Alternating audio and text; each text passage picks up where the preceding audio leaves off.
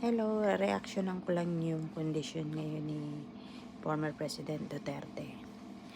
Kasi yung kalagayan niya na mga pananalitang hindi maganda kay BBM. Ang tingin ko dun parang ginagatungan pa o sinusulsulan pa ng mga taong nakapaligid sa kanya at dinadagdagan pa nila ang puot ni former President Duterte. Sa kanyang edad, hindi na pwede siyang lagi na nagagalit or nai-stress, bibigyan ng mga sakit ng ulo. Kasi sa edad niya yan, 80 na kamo o mag-80, hindi na Dapat ipinapahinga na niya ang kanyang isip at ang katawan.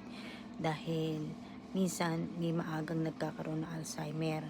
Tanggapin man natin o hindi, yun ang totoo.